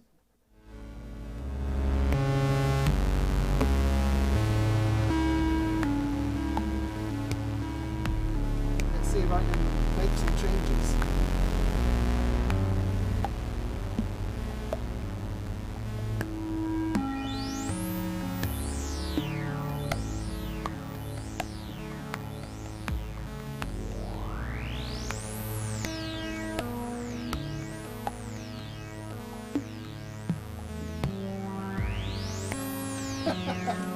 That was hilarious, right? I thought I had two things going through here. I thought this was also going through here. It's not. So where's that going? It's going here. Right, we'll have to do something with that.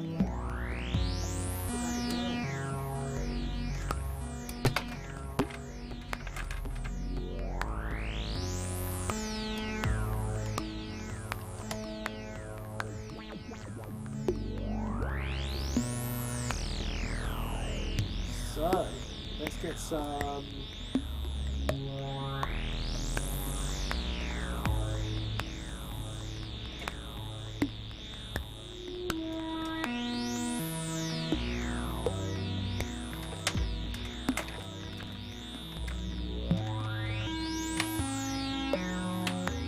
I've got some extra super long cables.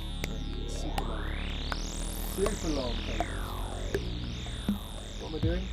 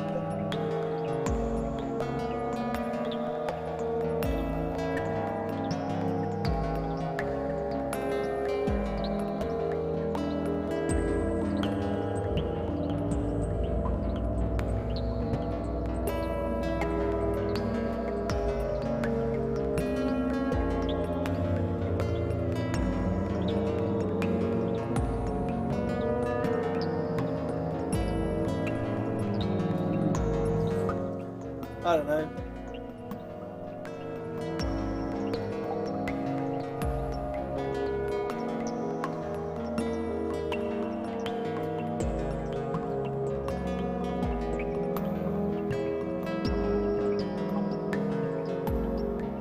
That's not in tune to you. I think it's pretty close. The problem with the plug, it's very hard to make small adjustments.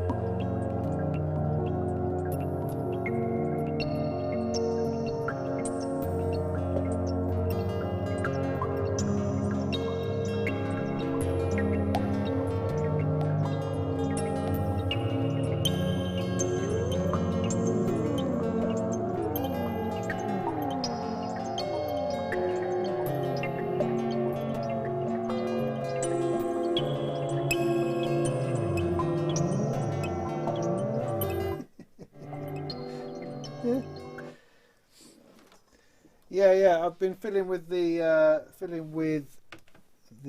quantizer, where it has all these different chords and stuff in it. Preset what's-its. I just haven't got to grips with how that exactly works or changes things. I need to do things a bit simpler, I think, to make best use of that. But it's an interesting thing. Again, I'm hoping to do a video on it and give it a little bit more time and interest and stuff. But I'm sorry if that was out of tune for you. It sounded all right, kind of all right. Came together, I thought, at my end. But then, yeah, who the heck knows? Anyway, thank you for joining me. It's now well late, and I'm going to go to bed. So, see you again. In the meantime, go make some tunes.